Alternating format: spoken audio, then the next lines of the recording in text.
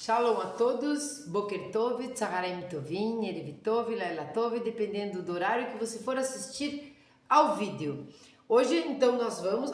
e sejam todos muito bem-vindos nos caminhos da Torá Sharon, eu sou a Sharon. Nós vamos hoje continuar o nosso estudo do Pirkei Avot, ou melhor, da Ética do Sinai, do Sr. Irving Bunim, o livraço... Tá? A ética do Sinai são ensinamentos dos sábios do Talmud, do Pirkei Avot, a ética dos pais.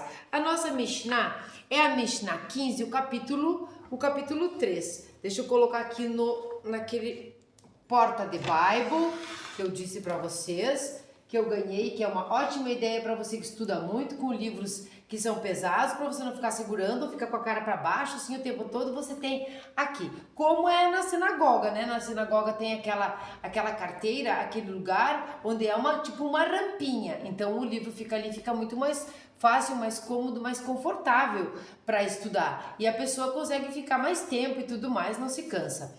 A Mishnah 15 do capítulo 3 diz o seguinte: o Rabi Elazar Modin diz: quem profana as coisas sagradas, desdenha as festas religiosas, faz empalidecer o seu próximo em público, rompe o pacto de Avraham, nosso patriarca, ou dá falsa interpretação da Torá, mesmo que tenha estudado a Torá e praticado boas ações, não tem parte no mundo vindouro. Nós fizemos um vídeo bem longo, introdutório, na verdade ele falou tudo, assim, naquele vídeo deu pra gente compreender muito bem, né, naquela parte do livro. Agora nós vamos entrar naquilo que ele separa dentro da Mishnah, né, algumas frases ali, ele separa como se fossem subtítulos, e aí ele explica aquela parte. Por isso eu separei em dois, para que não ficasse tão longo assim, mas que nós não perdêssemos nada dos comentários. Se você assistiu o outro, já sabe que eu disse lá que nós temos a tendência a achar que vou comprar o livro, quero comprar esse, quero comprar aquele. O povo fica bem louco pro livro e compra tudo, mas não entende às vezes o que está lendo, não é? Então a gente compra o Pirkei Avot, assim como a Torá, como nós temos hoje todo aquele caminho percorrido pelos sábios. E eles entregaram para nós isso, né? Colocaram isso no nosso colo, abriram os caminhos para que nós continuássemos a estudar, a interpretar e tudo mais.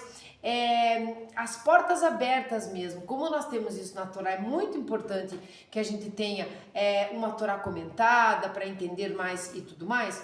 Também isso diz respeito ao próprio Talmud e aos tratados individuais do Talmud, porque Avot é bem filosófico, né? Para os nossos dias, é um livro de cabeceira este aqui realmente. Então nós precisamos entender o que é que eles estavam dizendo. Nós temos aqui não somente aquilo que a gente quer compreender, ou quer internalizar, nós temos momentos históricos, como em tudo, né? Como no estudo da Torá. Então nós precisamos dos comentários. Nesse momento aqui, o pedacinho que nós vamos falar é o final da Mishnah, onde depois de você ter profanado, não cumprido o pacto, todas essas coisas, o que acontece? Então vai ser, mesmo que tenha estudado a Torá e praticado as boas ações, né? E depois, quem faz empalidecer o próximo em público e tudo mais. Então nós vamos entender isso. Como utilizado aqui como um subtítulo, nós vamos ter, mesmo que tenha estudado a Torá e praticado boas ações. Você estudou lá a Torá a vida inteira, praticou muito boas ações, mas coloca as festas judaicas, você, Bnei Noah, coloca as festas judaicas em um lugar comum.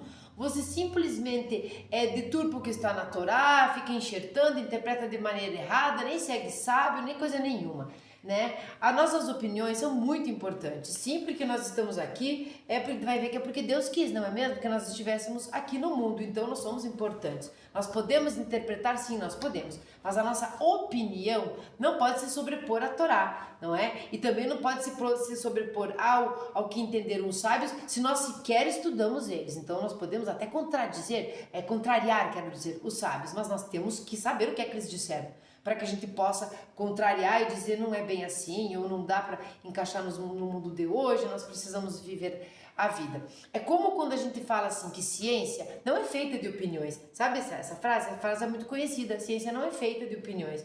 Você pode achar isso, achar aquilo, não interessa.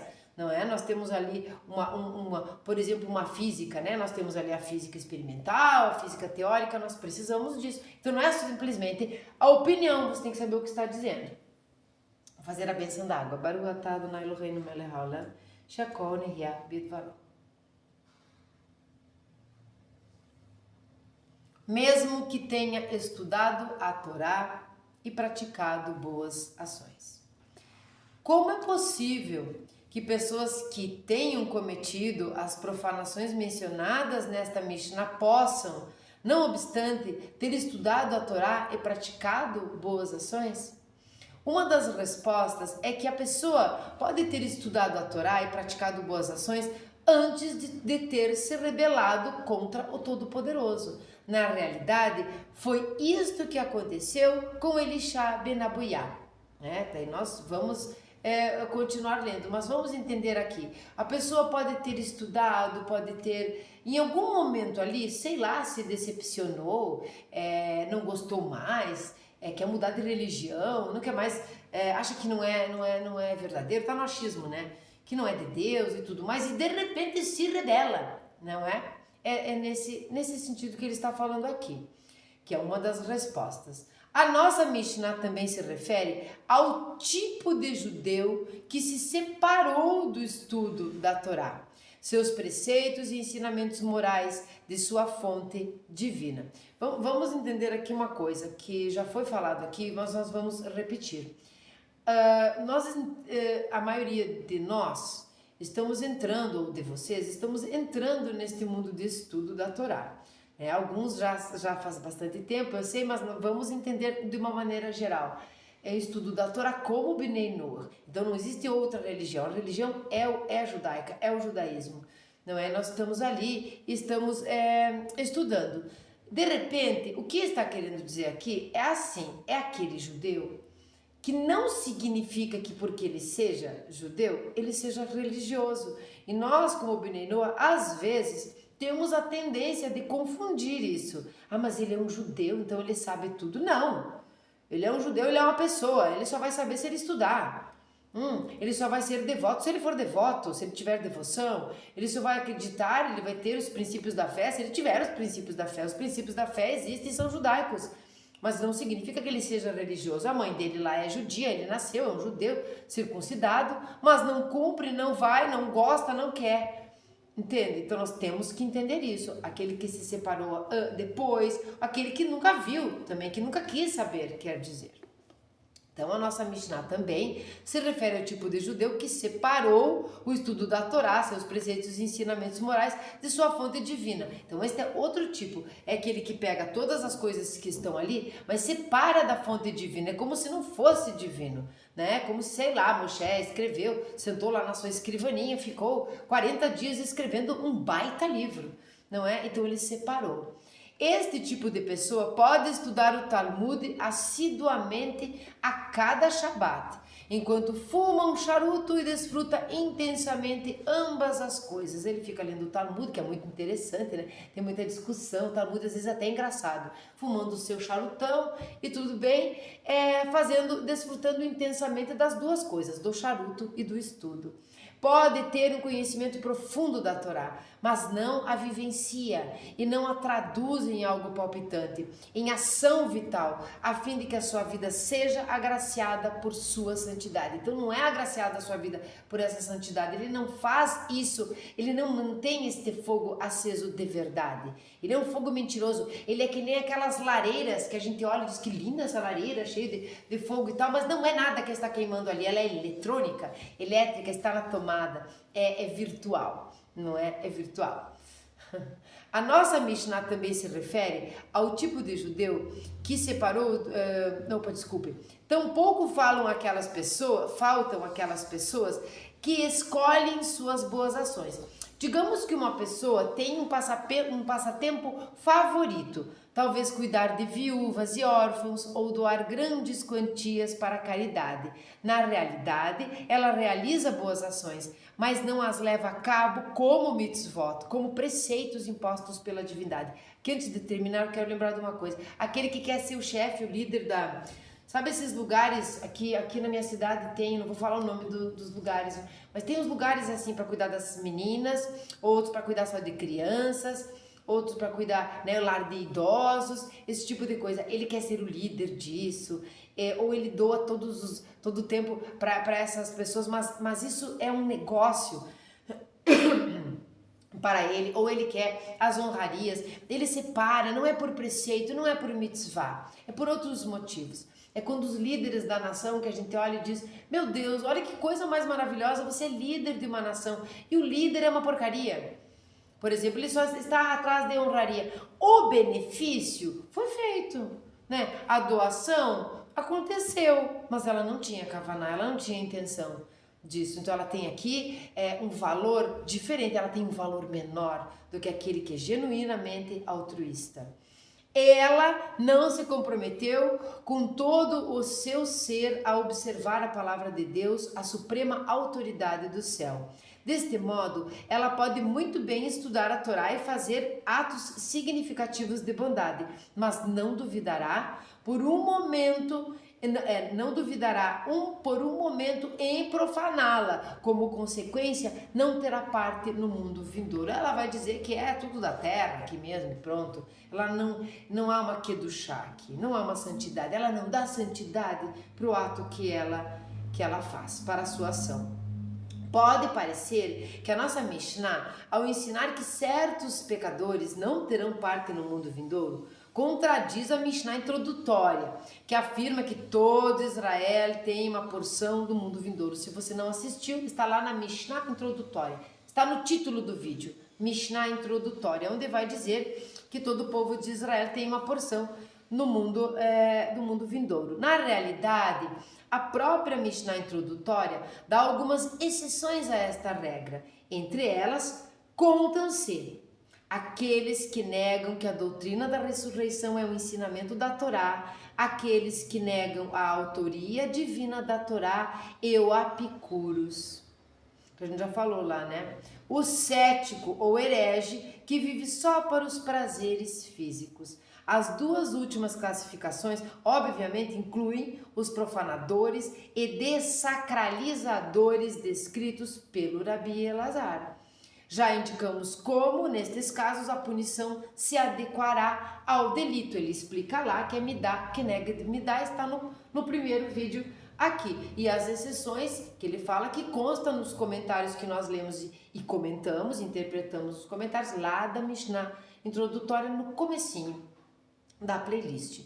Então aqui ele vai entrar agora num segundo subtítulo, mais um pedacinho da Mishnah.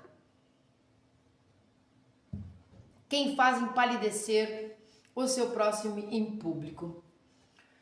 Ai, como seria bom que ninguém fizesse isso, porque é tão chato.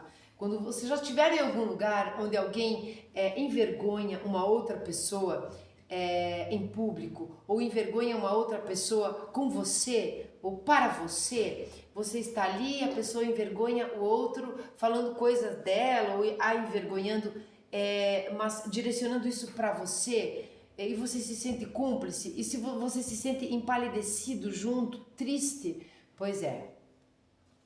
Quem faz empalidecer o seu próximo em público?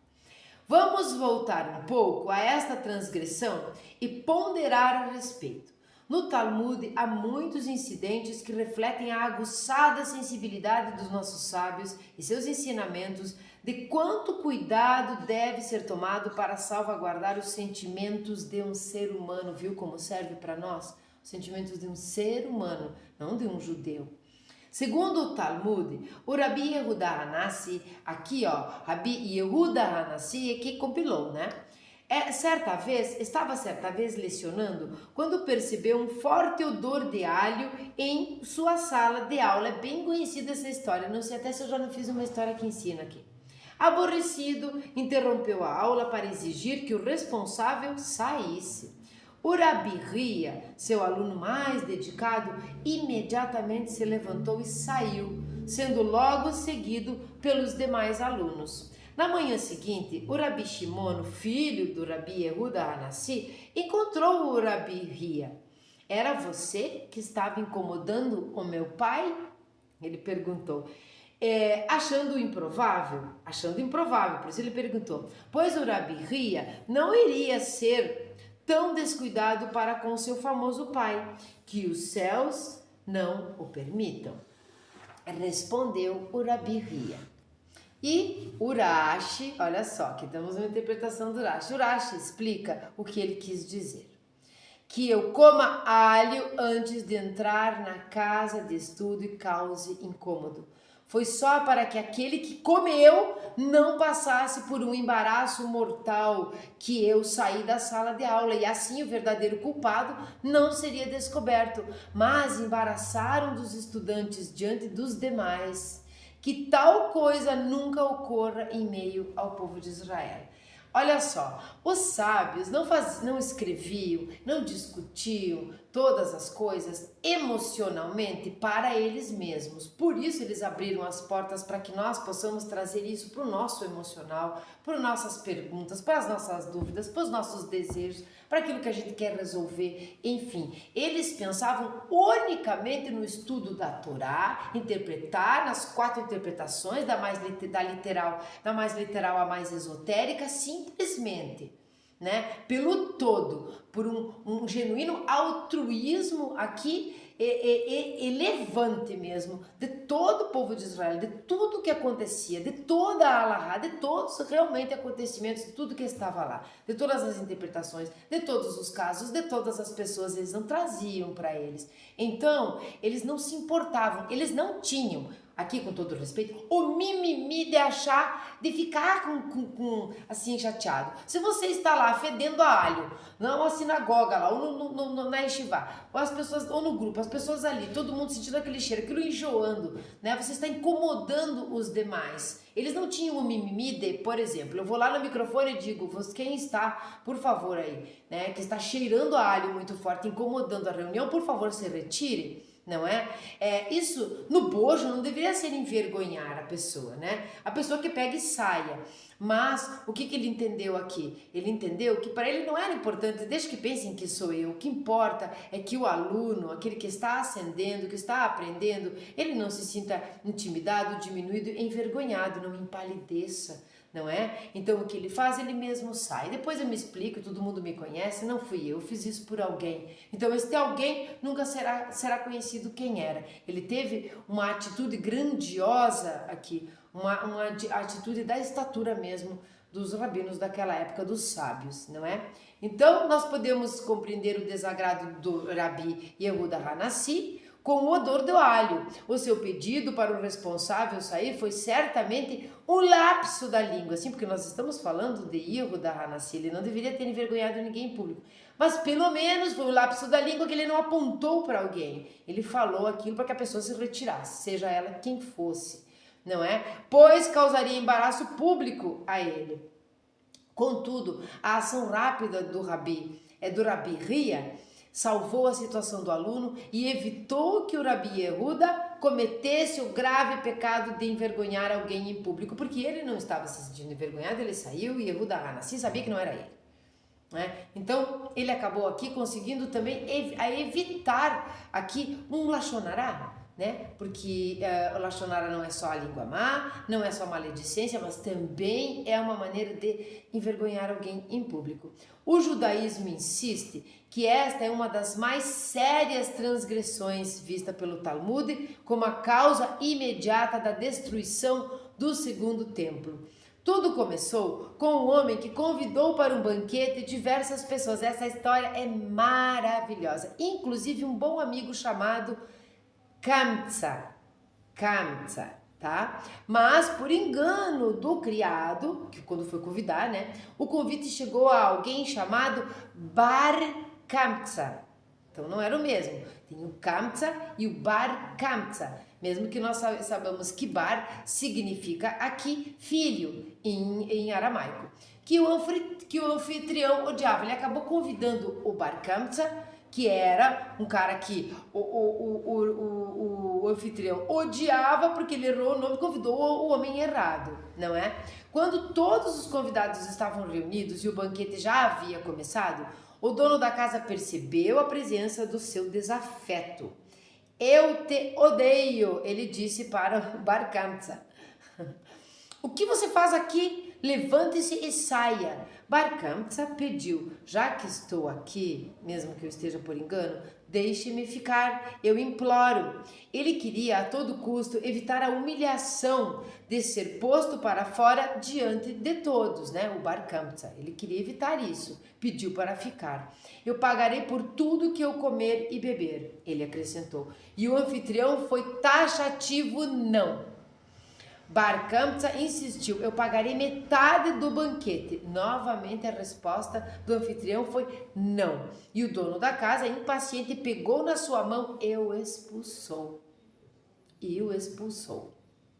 Bar Kamsa estava fervendo de raiva e disse para si mesmo: como os sábios assistiram tudo e não interferiram, eles devem ter gostado da situação. Vou contar ao rei o que houve. Diante do governador romano, veja que estamos aqui com o governador romano, né? Temos o problemite aqui que já estavam totalmente empoderados para cima do povo, né? O povo judeu decidiu se rebelar contra você. Ele foi lá e falou para o rei. Ele mentiu, ele disse que o povo queria se rebelar contra o rei romano. Falou para o próprio rei. Onde é que eu estou aqui? Ai, meu Deus do céu. Bar Kamsa fazendo com muita raiva. Vou ter que achar, gente, aqui. Tá. Eu pagarei metade, Bar Kamsa fervendo de raiva. O povo judeu decidiu rebelar-se contra você. E ele disse... Uma cadeia de eventos foi posta em marcha, levando finalmente à destruição do segundo templo. O que quer dizer aqui? Quando os romanos destruíram o segundo templo, vocês sabem que o primeiro foi Deus, né? Por conta do povo ali que estava tudo enlouquecido. O segundo templo foi os romanos. E essa é uma história que conta que, às vezes, através da língua, você pode ocasionar guerras. Ele foi lá e mentiu, disse que o povo todo queria se rebelar. Então o rei resolveu que ia destruir o templo e destruir totalmente. Bom, sempre mais uma e outra vez, a Torá enfatiza a dignidade e o respeito que uma pessoa deve dar ao seu semelhante. A Torá tem consideração pelos sentimentos humanos, mesmo nas oportunidades em que você menos esperaria por isso. Você já leu a Torá toda? Você é um estudante assíduo aqui, que nem nós, da Torá de Hashem? Você encontrou alguma falha, lacuna ou coisa faltando? Você já leu alguma coisa e pensou assim, mas faltou aqui Deus dizer tal coisa. Isso aqui, ó, ele não falou sobre não fazer isso, fazer aquilo. Você já encontrou? Se você encontrou, comente aqui embaixo. Com certeza não vai ter comentário nenhum. Já tem poucos comentários, esse não vai ter nenhum, porque não tem. Porque não tem. Simplesmente não tem. Bom, nos dias do templo, por exemplo, as pessoas traziam oferendas pelos mais diversos motivos, nós sabemos, né? Sacrifícios obrigatórios, oferendas ou expiação pelos pecados. Entre os últimos havia a Hatat, que é uma oferenda por haver pecado, né? A gente está estudando isso na Parashá, acho que da semana passada. Trazida por transgressão não intencional, né? A Sham, que é a oferenda por culpa, por exemplo, pelo pecado de haver jurado em falso, e Olá, que é a oferenda de elevação, ofertado por pensamento incorreto, embora pudesse ser trazido por outros motivos, como pensamentos impróprios, não relacionados a pecados. Imagine o que poderia ter ocorrido no templo. A pessoa que fosse fazer a oferenda tinha de estar presente para pôr suas mãos sobre o animal. Se Reuven entrasse no templo com um acham, tá? Que é aquela oferenda por culpa, todos saberiam que ele jurara em falso. Sim, porque tu sabe que aquele tipo é o tipo da oferenda por culpa, tu sabe que ele jurou em falso, não é? Se Simão entrasse no templo com o seu ratat, que é a oferenda de pecado, todo mundo saberia que ele tinha pecado. Não saberia? Porque sabe como é que é o tipo da oferenda. O templo certamente se tornaria um centro de humilhação pública injustificável. Por isso, a Torá ordena especificamente no lugar em que for sacrificado a Olá, que é de elevação, será sacrificado o ratat, que é do pecado. No lugar em que for sacrificado a Olá, será sacrificado o Acham, que é da culpa. Assim, o espectador nunca saberá se o sacrifício em particular era uma oferenda voluntária ou obrigatória para expiar um pecado. É assim que a Torá procurou proteger a dignidade e estima do ser humano. Quer dizer, eu estou lá, eu pequei. Eu vou lá e faço um sacrifício de pecado, mas você está do meu lado fazendo um sacrifício, um sacrifício de elevação. Quem está lá no templo e volta não sabe quem é o pecador, não sabe quem é o que está fazendo lá. Então, então ninguém será envergonhado ali. Isso não é uma ordem rabínica. Isso deixa os comentários aqui ficarem vazios. Não existem lacunas na Torá.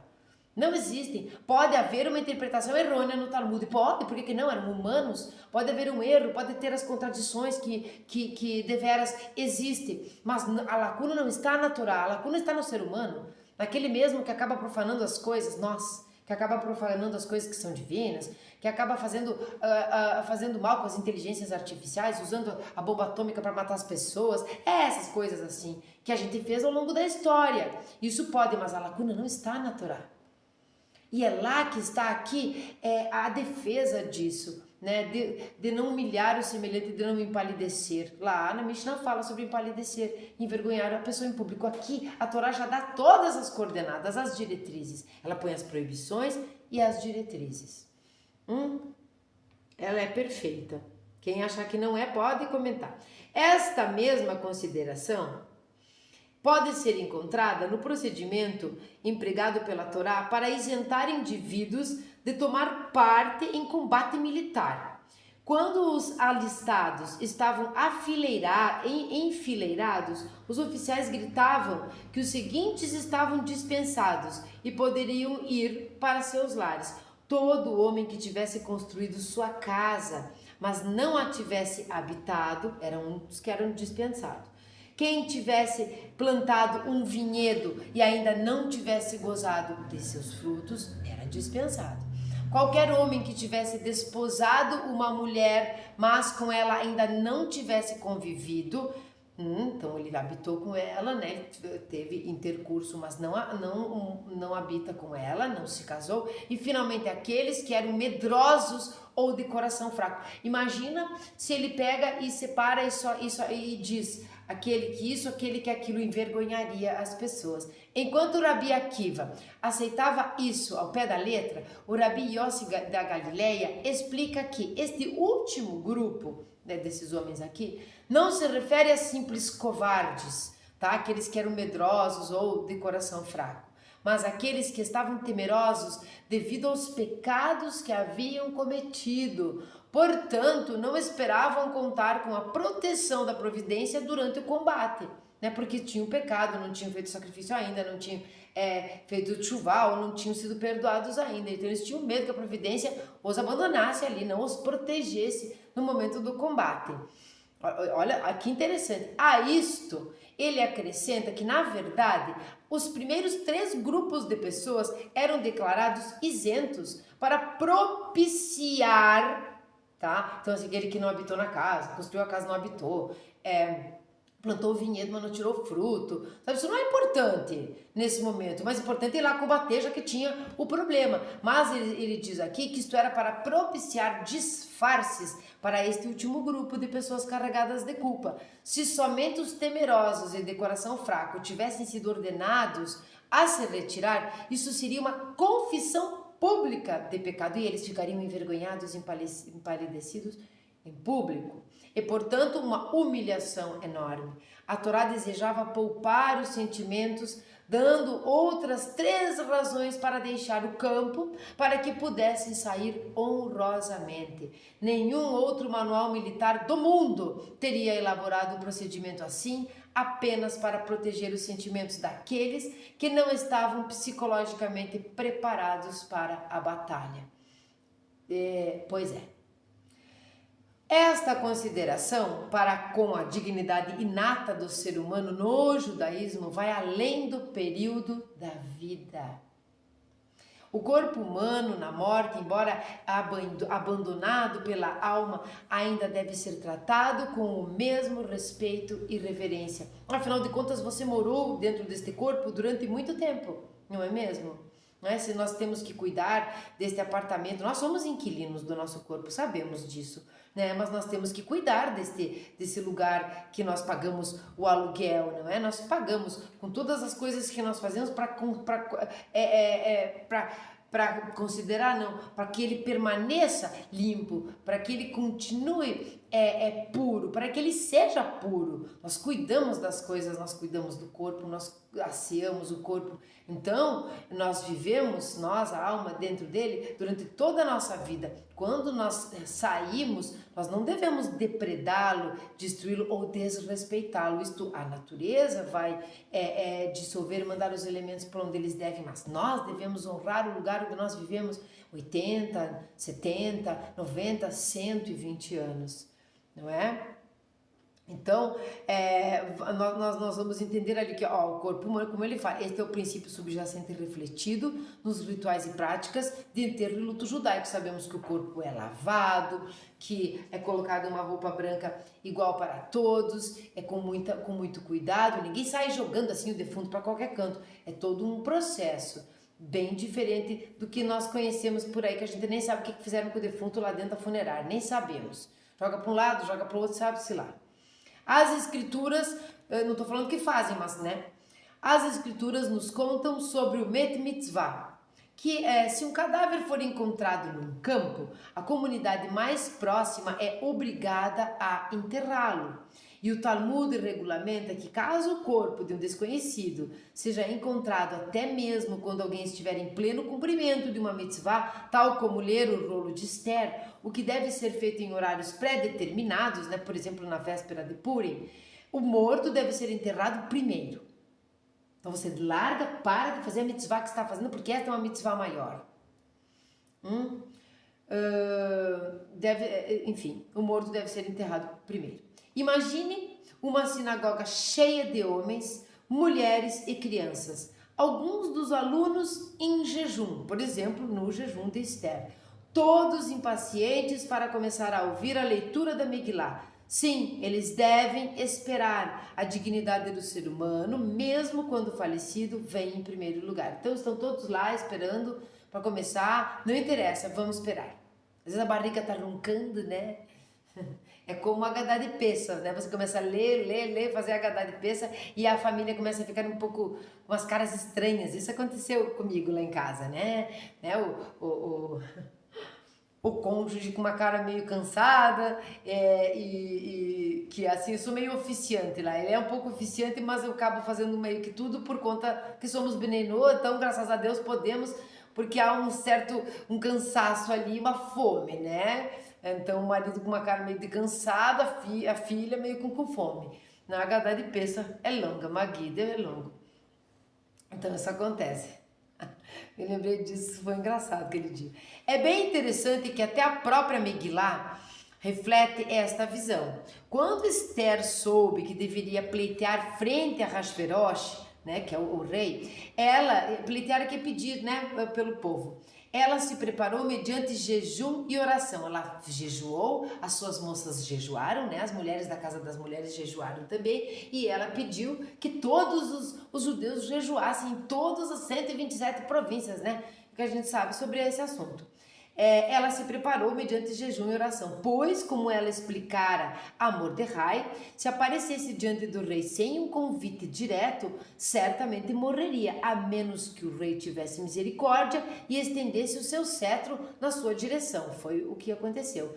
Tão sinceras e devotadas foram as súplicas que a divina providência, a Shekhinah, que é a presença divina, repousou sobre Esther. Segundo a tradição, quando ela começou a se aproximar da câmara real, recitou o Salmo 22, que começa com as palavras: meu Deus, por que me abandonaste?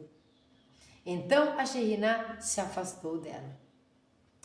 Esther indagou ao céu a razão pela qual havia sido abandonada. Sabem que ela fez um banquete e depois ela fez outro? Não foi no primeiro. Então ela teve que ter muita certeza que a presença divina estava com ela. Talvez porque eu chamei Assuero lá, o Ahasverosh de cão, já que o versículo 21 diz Livra a minha alma da espada, meu espírito único do poder do cão. Apesar de Ahasverosh ser perverso e ter concordado em destruir os judeus, ainda continuava sendo um ser humano e não deveria ter sido insultado e ser chamado de cão. Veja bem, eu vou lembrar aqui de uma coisa.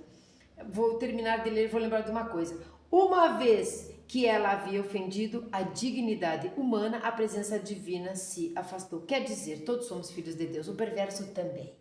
Né? Se nós acreditamos, se nós seguimos o judaísmo, acreditamos e temos os 13 princípios da fé, nós sabemos que ele criou o bem e o mal. Também, tudo é criação de Deus, diferente de algumas religiões que acham que existe alguma força maligna autônoma. Não é autônoma, né? Força maligna existe, mas é criação de Hashem também. Ele junta tudo, faz aquela química, aquela alquimia que só Hashem faz, coloca isso tudo junto, traz nós aqui com o nosso livre-arbítrio para o mundo para saber discernir uma das outras. Não nos interessa não, mas não nos cabe tentar especular o porquê ele fez isso, é da vontade dele, fez porque teve vontade, mas foi assim, tudo é criação de Deus. Então se você acha que pode, se eu acho que posso ofender a pessoa só porque ela é má, lá de má índole, eu posso deturpar, não, mas assim, diminuí-la, difamar e tudo mais só porque ela é perversa, e eu me torno assim também, a presença divina sai. Eu não tenho que fazer isso contra ninguém. Às vezes, eu quis lembrar disso porque politicamente nós estamos num estado bem complicado no mundo inteiro. Então, se um líder adoece, um líder político adoece, aqueles que votaram nele, que gostam dele, sei lá, daquele líder ali, ficam orando por ele e os outros ficam desejando que morra desgraçado. Quando acontece o contrário, né, isso acontece para todos os lados da política, viu? Todos os lados, não interessa aqui direita, esquerda, cima, baixo, tudo a mesma coisa. O ser humano é igual nessas coisas. Aí quando aquele que é o seu, né, aquele que você votou, que você acredita, que você gosta, sei lá, que você escolheu, e quando esse adoece, aí você pede oração, mas deseja o mal pro outro, não é? Ou o contrário. Isso não é assim que funciona. Não é porque você não concorda com as atitudes, não é porque você não concorda com a própria liderança, não é porque você não concorda com o próprio vizinho que você vai amaldiçoá-lo. Ele continua sendo filho de Hashem, ele continua sendo uma criação como você, né? Como nós. Então você ofende a dignidade humana, a presença divina se afasta. Reconhecendo o seu erro, Esther, que não era burra, Esther era maravilhosa, Esther mudou imediatamente suas metáforas e no versículo seguinte continuou: livra-me da boca do leão. Se a dignidade de uma pessoa perversa ocupa um lugar tão elevado, sem dúvida, o respeito pelo ser humano decente e pelo corpo que uma vez o abrigou exige nossa maior consideração e reconhecimento. Vejam como que foi curta esse pedacinho da Mishnah 15, no capítulo 3, extremamente importante. Por esse motivo eu vou ler a Mishnah novamente. Nós vamos ler o Salmo 93, ficarmos felizes por termos chegado até aqui. Este é um livro muito importante que nos dá o norte, nos explica, nos mantém até seguros para o estudo do Pirkei Avot. Este livro, A Ética do Sinai, o livraço do Sr. Irving Bumin, da editora Sefer. Propagandinha de graça, de grátis para a editora Sefer. Este livro é maravilhoso. Inclusive, diz que a gente não pode, não devemos, julgar o livro pela capa. Esse nós podemos, tá? Pode julgar o livro pela capa, porque ele é maravilhoso por dentro e por fora. Então a Mishnah dizia o seguinte, segundo vídeo, e terminamos aqui. O Rabi Elazar diz: quem profana as coisas sagradas, desdenha as festas religiosas, faz empalidecer o seu próximo em público, rompe o pacto de Abraão, o patriarca, ou da falsa interpretação da Torá, mesmo que tenha estudado a Torá e praticado boas ações, não tem parte no mundo vindouro. E nós não somos essas pessoas, não é mesmo? Então, se vocês gostaram, compartilha aí, comenta e começa desde o começo, lá na Mishnah introdutória. Vamos ler hoje o Salmo 93 e continuarmos neste dia, que agora é de manhã, maravilhoso de sol. Às vezes dá uma escurecida aqui, vocês veem pelo vídeo, porque a luz é natural. Às vezes dá uma clareada e assim nós vamos. Porque quem manda na natureza é Deus. Eu tenho lido aí a previsão do tempo, tem dado tudo errado. Tudo errado. Um negócio de neve não sei quando, de sol não sei quando, tem tendência para chuva, não chuva. Eu não, estão errando até isso aí, estão errando. Porque está nas mãos é de Deus. Salmo 93. Reina o eterno e majestade o reveste. Sim, força e majestade o reveste. O revestem. Firme e inabalável está o mundo por ele criado. Desde a mais remota antiguidade, firme é o trono do Eterno, e levam os rios a voz de suas águas fragorosas, acima, porém, do bramido das águas mais volumosas, acima do quebrado das vagas do mar, está o Eterno, que é poderoso nas alturas. Fidelíssimos são os teus testemunhos, santidade embelezará a tua casa, ó Eterno, agora e para todo sempre. Amém. Digam amém se vocês concordam. Tenham todos um ótimo dia. Até uma próxima oportunidade. Shalom.